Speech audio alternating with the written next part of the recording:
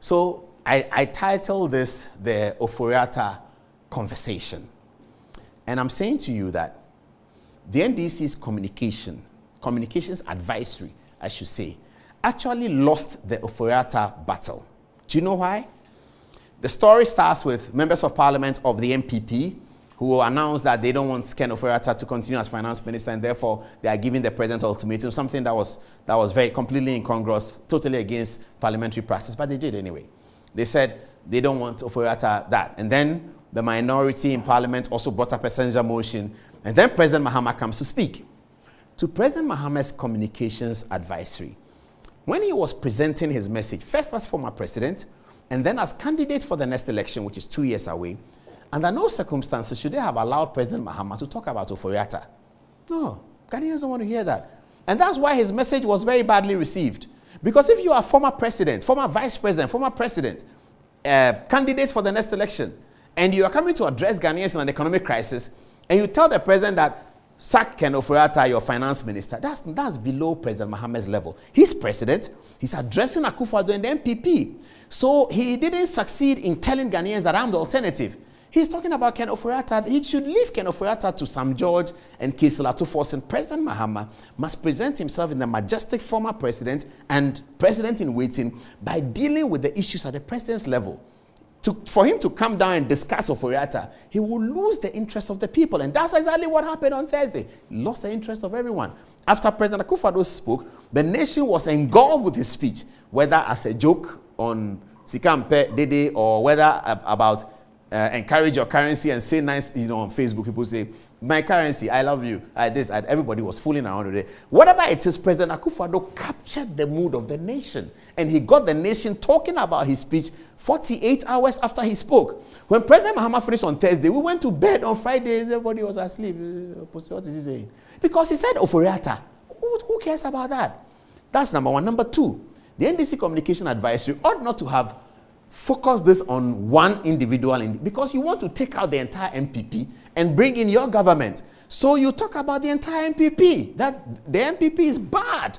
But if you say Ofori-Atta and they take Ofori-Atta out, then you are getting Ghanaians to sort of agree with them and follow them, because you are handing the solution of the country's problem back into the MPP hands. You are telling them that it is only Ofori-Atta that's the problem. You, the NDC, you are telling Ghanaian people that, look at the MPP, they have a problem called Ofori-Atta they cannot deal with.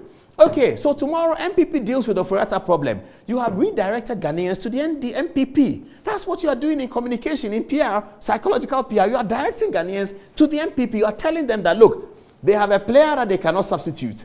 So everyone is interested in the substitution of that player and what's going to happen.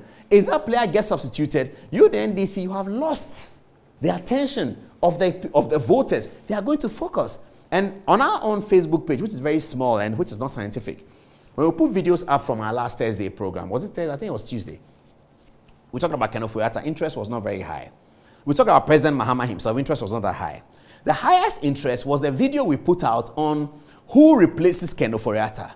That tells us that people are more interested in that than in the alternative. If they were interested in alternative, they would have said whether Ofori-Atta or Kofi Mensah or Che Mensah, get out, we don't want you, all of you, clear off. That's what the Ghanaian people have said. Clearly, that's not the attitude of the Ghanaian people. They are asking that, okay, so MPP, who is going to, how are they going to change this man for who? Who is coming?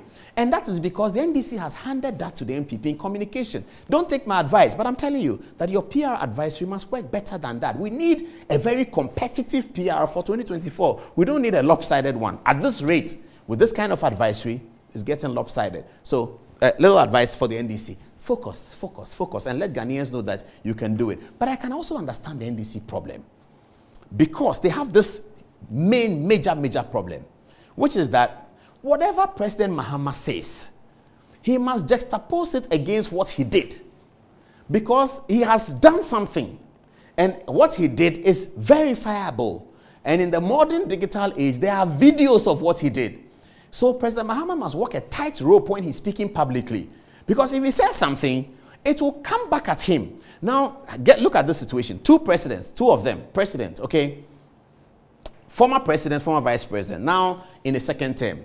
During his 29-minute speech, Akufo Addo was able to at least refer to his record at least 6 times in the speech, at least.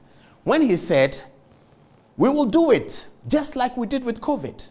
We will do it again, just like we did with this one.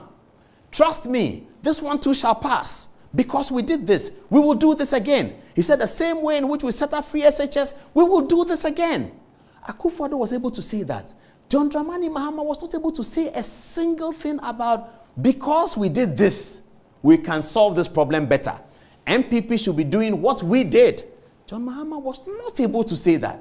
Not once in his speech did he say that the MPP must go in this direction. As NDC, you remember in 2008, when we had this problem, we were able to solve it. We were able to solve it because of this and that, and we think the MPP must go in the same direction. John Mahama was not able to say that. He, the opposition, the government, which is still in government, we didn't need to say it because they are in government. They would have said, we are going to do this and that and that. They rather, President Akufo Addo rather, was referring to things he had done over the last 4 years to say that you saw me do this, I will do this too. I said this and you didn't believe it, it happened. This one too will happen.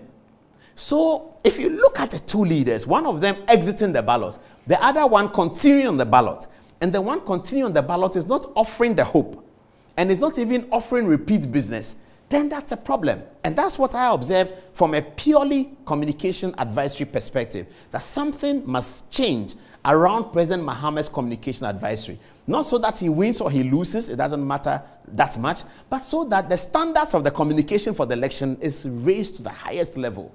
And I will be excited by that. Many Ghanaians will be excited by that. And many youth will benefit from understanding how communication works. Right now, the communication around my friend and brother and uncle John Dramani Mahama is not working that well. Because he should be able to say, but as I'm saying, I can understand their difficulty. President Mahama must be able to say, I have done this, so I will be able to do it. Put a sentence that I put about politics, and this is the last thing I'm saying on this one. I put, Kweku put it up. Yes, this one. So viewers, please give me your attention for one more minute, okay? I'll be done with the politics in a short while. So this thing, successful political campaigning hinges on two things. One, a promise of repeat business.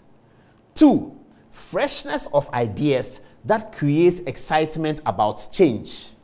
These are the two things on which political campaigning hinges.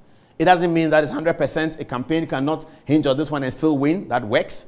But by and large, because we're dealing with sociology, we always have to say all things being equal. All things being equal, this is how campaigns succeed. You have to promise people of repeat business. That is why many governments around the world are able to win a second term, because they promise repeat business. They say, look at what I've done in the first term. And that is why many presidents in their first term are controllable by the Republic. In their second term, they are not that controllable. In their first term, they are controllable because they are looking to campaign on repeat business. So if they show arrogance in the first term, that is people are not going to elect them. So you will find that many governments win a second term on repeat business. And many governments come into, many politicians come into government from the opposition promising freshness, that we're going to do something different. We are bringing something very fresh. And that freshness creates excitement about change. And that's what happened in 2016 in Ghana. That's what happened in 2002 in Ghana. That freshness. In 2016, everybody thought, Akufo Addo is bringing something different. And how were they able to believe that? Because he talked about things that had not happened yet. One district, one factory, we had never heard it before. One village, one dam, we had never heard it before. We had heard free SHS, but we didn't know how it was going to work. On the basis of those freshness, he was able to create an excitement about change. And wasn't the change whooping? 1 million votes on the first round from an opposition candidate coming from behind. First time it happened in the Fourth Republic. First time it happened. No opposition candidate had won a straight first round in the Republic. But because the Akufo Addo advisory and communication was able to create that freshness and excitement, he did win. And then in 2020, he promised repeat business. I have done free SHS. I will do this one too. Repeat business wins him the election. President Mahama has been there before. He cannot promise repeat business. He's also not promising the freshness. Anyway.